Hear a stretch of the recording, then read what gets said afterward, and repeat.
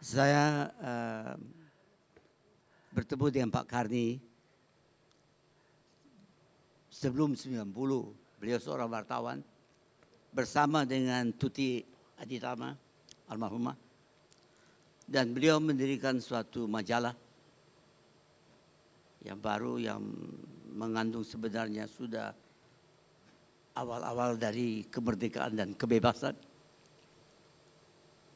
Dan beliau edisi pertamanya dia berikan penghargaan kepada saya. Mas, saya nggak lupa itu Pak Karni. Forum Keadilan.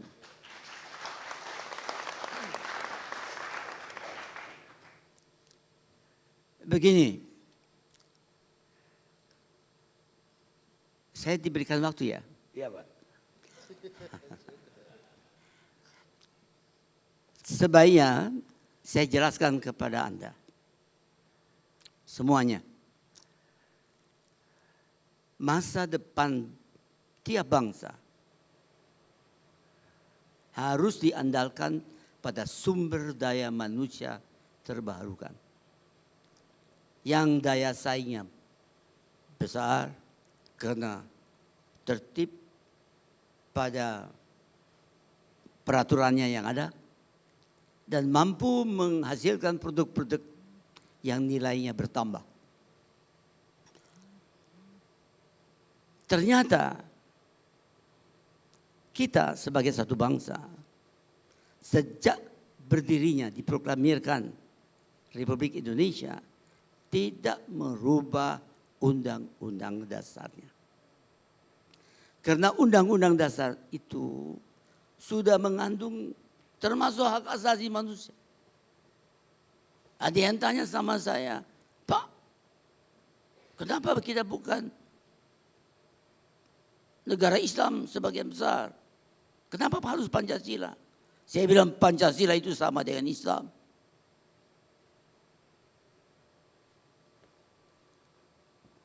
Atau Pancasila sama dengan agama manapun. Karena tidak membedakan.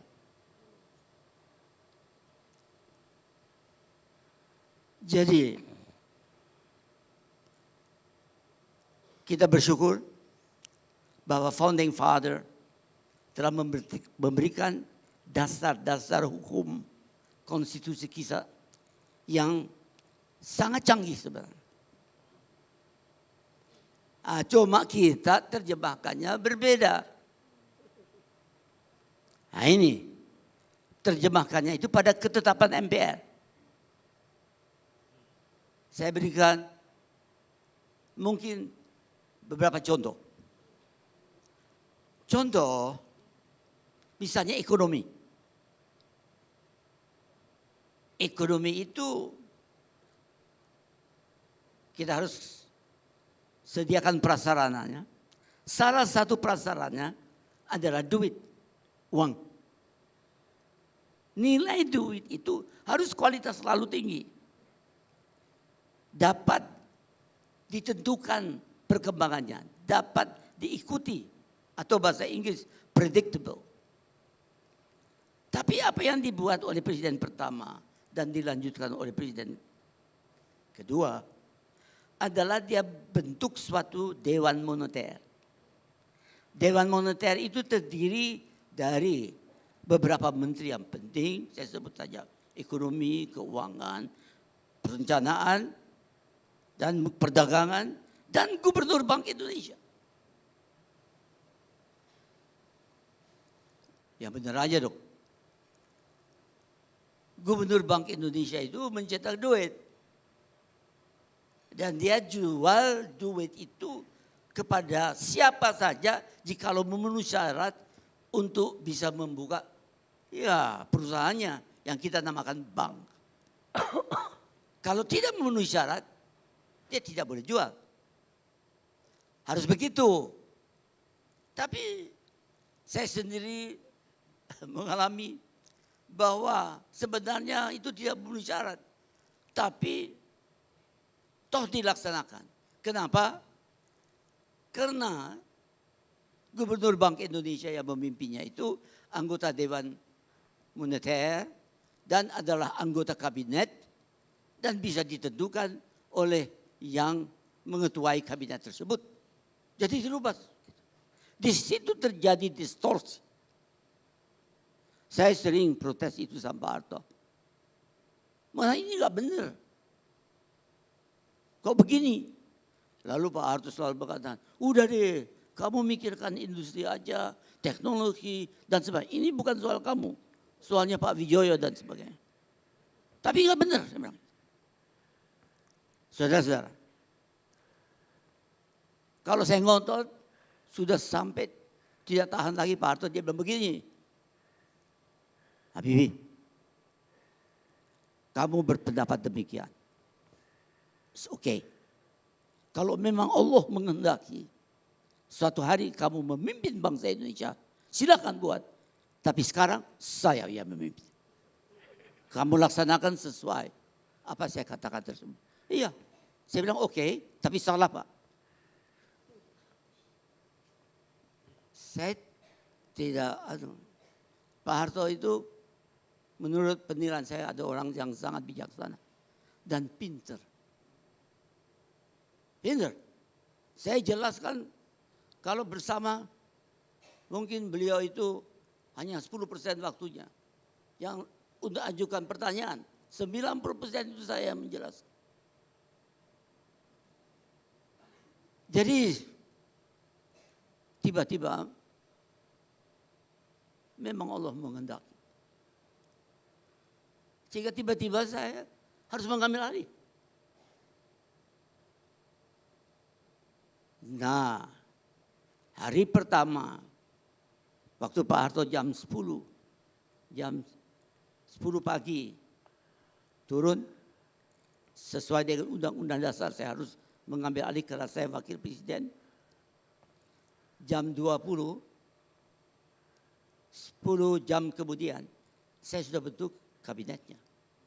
Dalam kabinet itu tidak ada Bank Indonesia. Saya belum ketemu siapa. Juga tidak ada yang namanya Jaksa Agung. Keluar. Saya bilang tidak boleh. Karena saya berkeyakinan yang memiliki kekuasaan itu adalah Tuhan yang Maha Esa. Allah Subhanahu wa Ta'ala.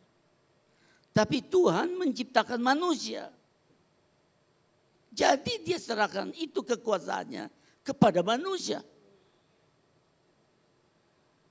Bahwa ada agama apa saja, itu adalah inisiatif dari manusia tersebut. Tidak ada. Allah mengatakan harus agama ini, tidak ada. Jadi berkeyakinan itu, saya membenarkan bahwa Pancasila itu adalah memang sesuatu yang sangat canggih. Cuma interpretasinya harus benar. Dan implementasinya. Jadi saya kembali. Yang berkuasa itu Allah. Diwakili oleh rakyat. Tanpa mengenal sara. Perbedaan suku, agama, dan ras. Konsekuensinya. Saya panggil protokol. Itu hari pertama. Hei, besok jam 10 saya akan umumkan kabinet. Setelah saya umumkan kabinet, saya mau bertemu dengan Ketua Jaksa Agung dan wakilnya di sini. Baik. Saya umumkan kabinetnya itu hari Jumat. Karena mau lantik hari Sabtu.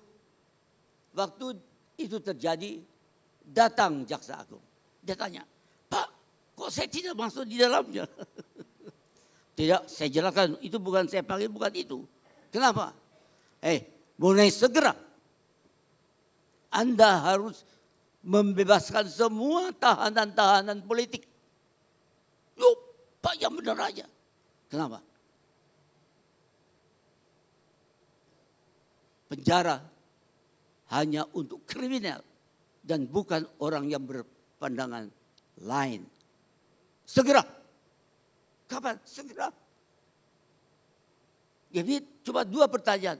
Bagaimana Pak dengan Sri Bintang dan Pak Pahat? Segera dia juga termasuk. Saya dikritik Pak. Kecuali dalam hal ini mereka yang masuk penjara berdasarkan keputusan MPR. Dan waktu itu saya kan belum demokratis, saya ambil alih. Saya dipilih oleh MPR. Dan Pak Harto mandataris MPR.